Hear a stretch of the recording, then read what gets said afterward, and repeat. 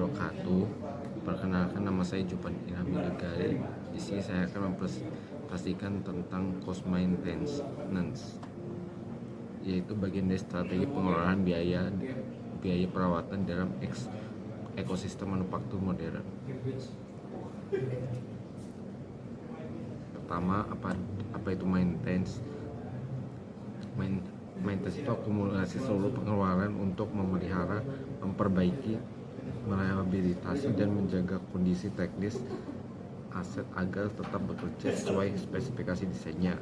Ruang lingkupnya itu meliputi pembelian spare part, upaya tenaga kerja teknis, sewa alat pelacak kerusakan, contohnya kamera termografi, dan administrasi operasional bengkel perawatan.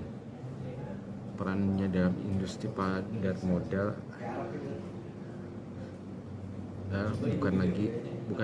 cost maintenance-nya bukan lagi operating expense pelengkap, melainkan bagian dari investasi strategis capital expenditure.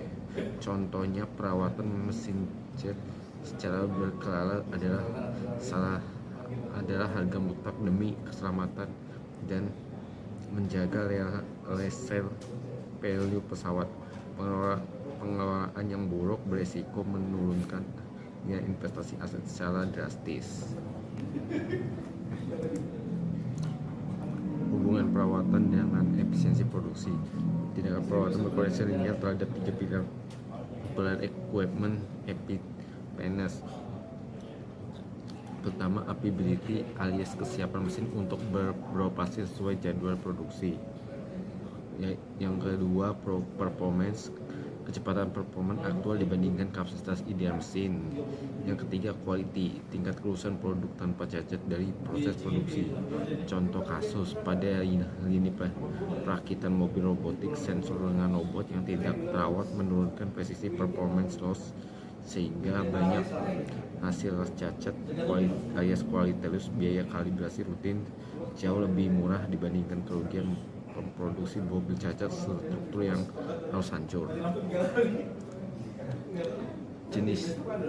Jenis biaya perawatan.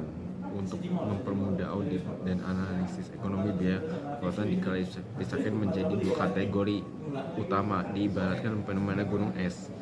Yang pertama, biaya langsung alias direct cost. Nota pembelian komponen habis dipakai, suku cadang utama, dan upah lembur teknisi internal maupun vendor eksplisit tercatat saat aksi perawatan lingkungan. Yang kedua, biaya tidak langsung alias indirect cost, yaitu kerugian akibat hilangnya kapasitas produksi mesin berarti bersifat gunung es tak terlihat namun dampaknya merusak, misalnya loss of goodwill.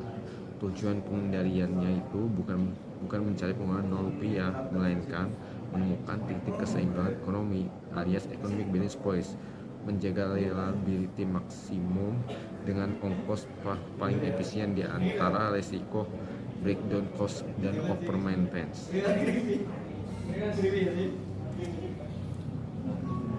Oke, berikutnya sini akan menjelaskan economic balance point, mempertemukan biaya pencegahan preventif dengan biaya kerusakan alias breakdown pada titik biaya total paling efisien. Di sini berdasarkan hasil grafik, biaya preventif itu naik, titik optimal naik, setelah breakdown juga naik, dan ya seperti yang dijelaskan dalam grafik.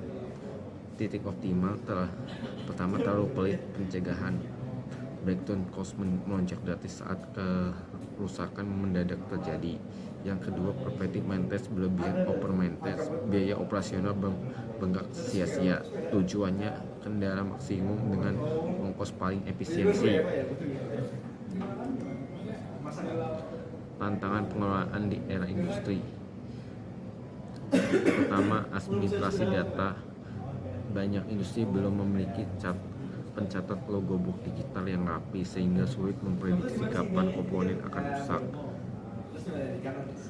Yang kedua, faktor manusia, human error, kesalahan instalasi oleh teknisi kurang terlatih menyebabkan kerusakan berulang intimortali pada komponen baru. Studi kasus rantai pasok suku cadang. Sebuah pabrik pengolahan kelapa sawit mengalami kerugian sebesar 250 juta dalam satu hari hanya karena keterlambatan pasokan komponen gearbox utama dari luar negeri. Kasus ini menunjukkan tantangan cost maintain juga berkaitan dengan manajemen rantai pasok supply chain suku cadang. Oke, sini saya akan menjelaskan 4 komponen utama biaya perawatan. 4 komponen utama biaya perawatan itu apa aja sih? Yang pertama, tenaga kerja, yaitu berupa gaji teknisi internal, upah lembur, penanganan darurat, serta kontrak vendor atau teknisi ahli eksternal. Yang kedua, material dan suku cadang, meliputi kolom base yaitu oil, pilot, seal, dan gasket, serta dan ada spare part utama berupa bearing, gearbox, dan motor listrik. Yang ketiga, peralatan dan utilitas, pengadaan, penyimpanan, dan distribusi barang fisik perawatan memerlukan inventory cost yang ketat. Yang ketiga, downtime dan kehilangan produksi, kehilangan volume, komoditas, dan pemborosan factory overhead saat mesin berhenti mendadak. Yang selanjutnya saya akan menjelaskan klasifikasi biaya berdasarkan sifat dan perilaku. Yang pertama, biaya preventif, diinvestasikan terencana di awal periode inspeksi berkala, pengujian performance, kalibrasi, dan penyetelan ulang. Berikutnya ada biaya korektif, dikeluarkan terpaksa setelah kerusakan terjadi, lebih tinggi akibat hambatan kerusakan sekunder alias secondary damage. Selanjutnya biaya tetap alias fixed cost, stabil dan tidak terpengaruh volume produksi, yaitu gaji tetap, premi asuransi aset, penyusutan gedung bengkel. Yang ketiga, biaya variabel alias variable cost, berfluktuasi linear mengikuti running hour mesin, pelumas tambahan, filter gas, nitrogen, dan komponen yang aus. Konsepnya penyusutan anggaran perawatan, fungsi anggaran.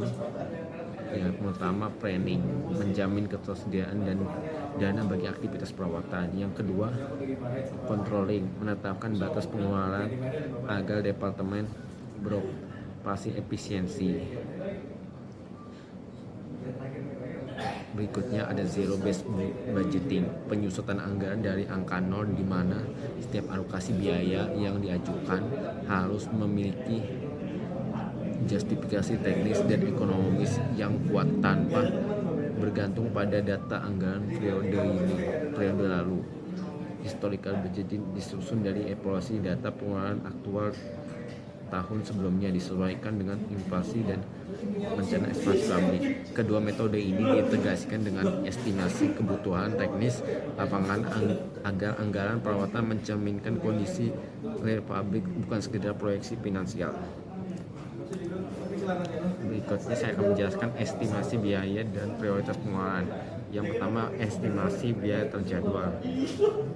Aktivitas dengan waktu eksekusi pasti, preventing rutin, pergantian oil, kalibrasi mudah dihitung dari harga pasar, dan tarif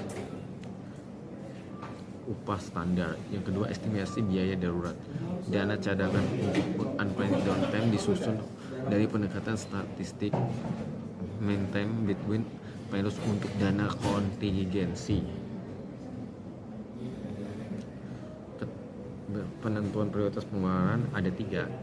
Prioritas utama yaitu kritis, aset berdampak langsung pada safety, regulasi lingkungan, serta dan regulasi generator. Yang kedua, prioritas kedua itu pendukung, peralatan penunjang yang menurun performance namun tidak menghentikan lini produksi total. Prioritas ketiga dapat ditunda. Yang dapat ditunda itu perawatan fasilitas umum atau estetika yang tidak mempengaruhi kendaraan atau keselamatan. Oke, selanjutnya Lifecycle Cost alias LCC, metodologi yang menghitung total biaya kepemilikan suatu aset mulai dari tahapan perencanaan hingga pembuangan.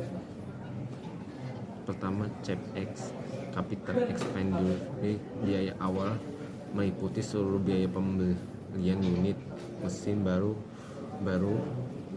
ongkos pengiriman, pembuatan pondasi, instalasi mekanisme, hingga fase pengujian awal commissioning. Yang kedua, OPX, Operation Expenditure, biaya operasional dan perawatan, akumulasi biaya energi, suku cadang, upah seksi, serta kerugian akibat kegagalan operasional sepanjang masa pakai mesin nilainya seringkali jauh lebih besar daripada biaya pembeli awal.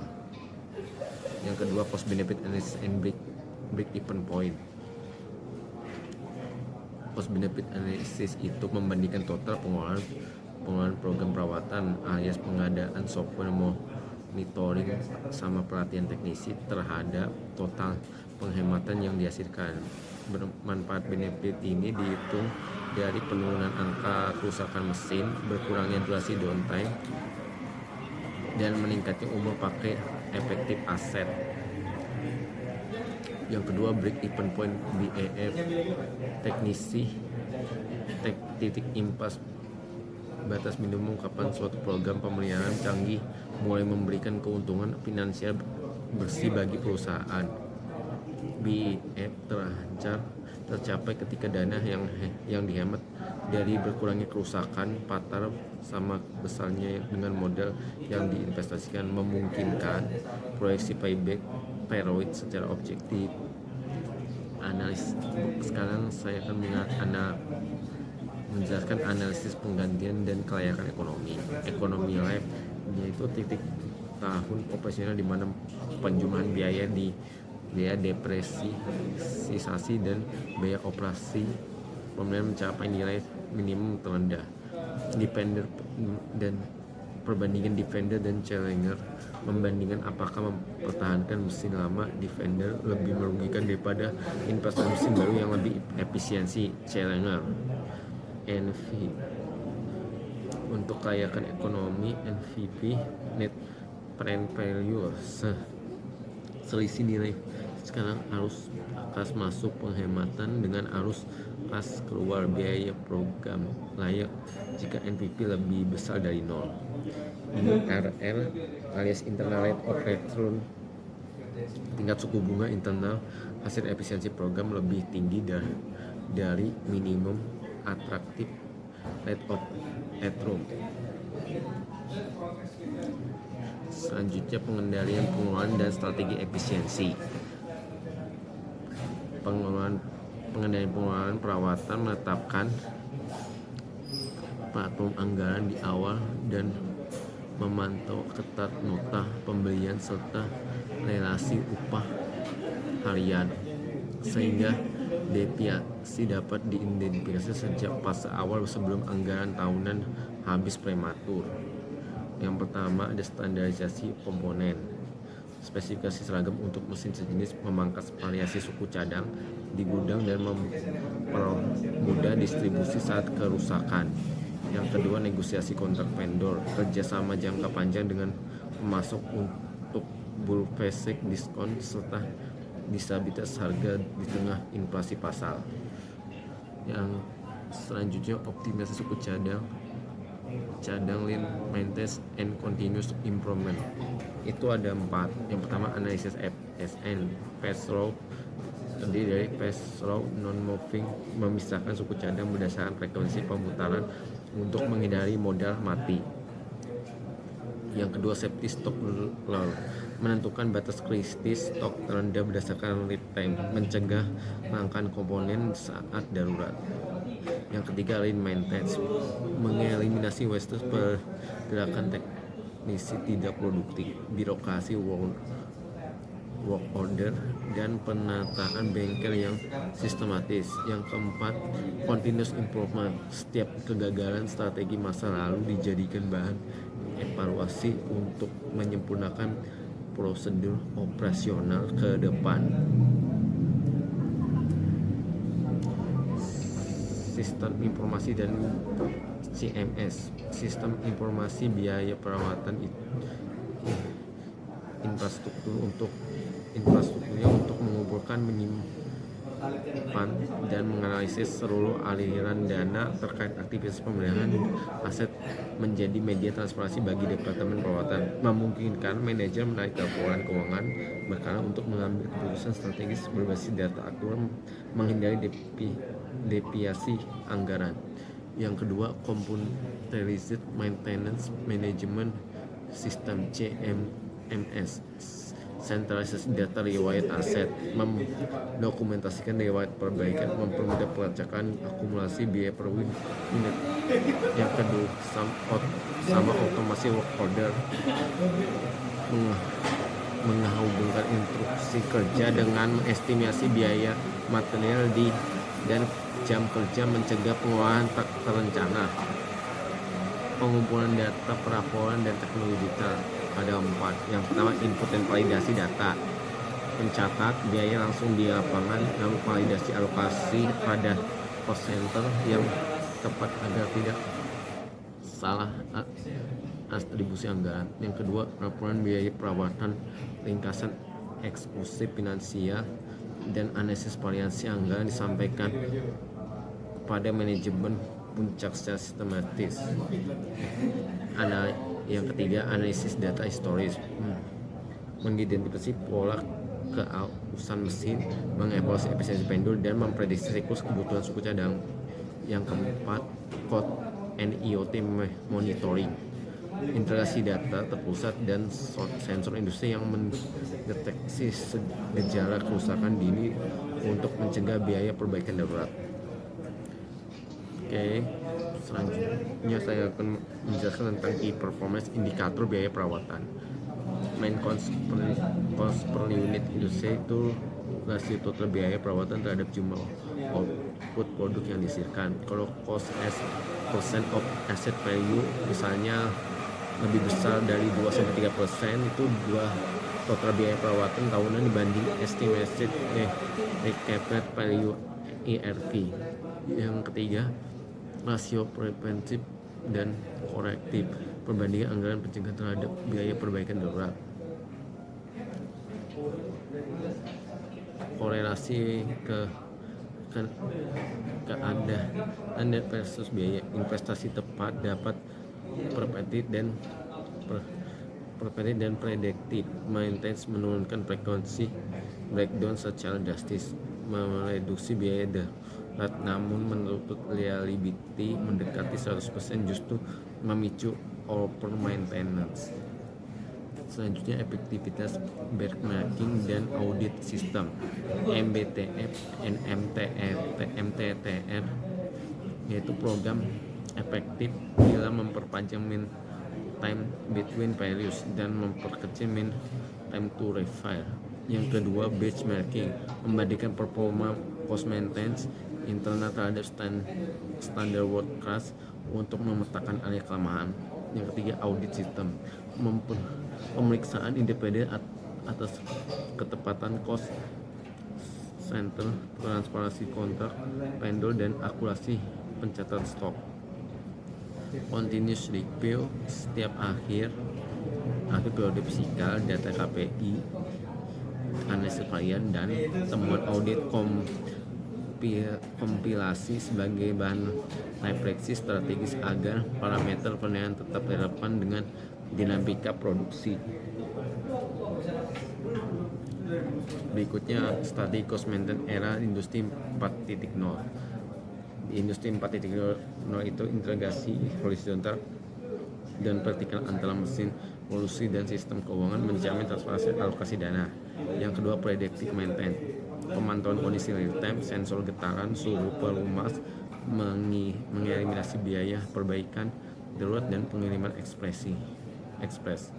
Yang ketiga, integrasi TPM, autonomous maintenance, melatih operator melakukan inspeksi dan pelumasan mandiri, mengalihkan anggaran teknisnya ke kasus kompleks. Yang terakhir, green maintenance, optimalisasi efisiensi energi, daur ulang, suku cadang, dan biolubrikan, menekan tagihan utilitas dan denda regulasi. Studi kasus transformasi predictive maintenance. Industri manufaktur berskala besar mengintegrasi strategi predictive maintenance berbasis IoT dan kultur TPM selama 12 bulan. 8% sampai di atas 2%, sampai lebih kecil ke di bawah 2%, itu disebut breakdown rate. Penurunan tingkat kerusakan mendadak dari total jam kerja. Kalau di bawah 15%, cost maintenance tahunan, penurunan total pengeluaran perawatan itu tahunan. Kalau di berkurang 5% untuk konsumsi energi pabriknya, penghematan energi hasil optimasi performance mesin. Kalau OEE itu naik, itu namanya profitabilitas besi, peningkatan overall equipment effectiveness, mendongkrak laba. Transformasi ini membuktikan bahwa investasi pada teknologi predictive maintenance memberikan dampak finansial nyata, bukan sekedar peningkatan teknisi di rantai produksi. Kesimpulannya, pertama, responsif praktik biaya perawatan. Cost maintenance itu bukan lagi cost center yang merugikan, melainkan investasi strategis yang menjaga reliability, minimalkan downtime, dan mengamankan kapasitas produksi. Yang kedua, integrasi finansial dan teknis. Pengendalian optimal membutuhkan instrumen ekonomi teknik rigid seperti LCC dan BEP untuk alokasi profesional antara preventive dan corrective maintenance. Yang ketiga itu signifikansi digitalisasi dan KPI. CMMS dikombinasikan dengan pengawasan KPI yang ketat, menjadikan basis data historis valid untuk evaluasi varian dan continuous improvement. Untuk saran pertama, ada transisi ke predictive dan smart maintenance, mengadopsi teknologi IoT dan condition monitoring untuk menekan frekuensi kegagalan mendadak yang memicu emergency cost. Kedua, standarisasi gudang suku cadang, memperketat kendali inventaris melalui analisis FSN serta konsisten guna mengoptimalkan perputaran modal kerja. Yang ketiga, internalisasi filosofi lean, membekali teknisi lapangan dengan pemahaman dan maintenance untuk mempercepat MTTL dan menekan pemborosan material. Sekian dari saya, mohon maaf jika ada kekurangan. Wassalamualaikum warahmatullahi wabarakatuh.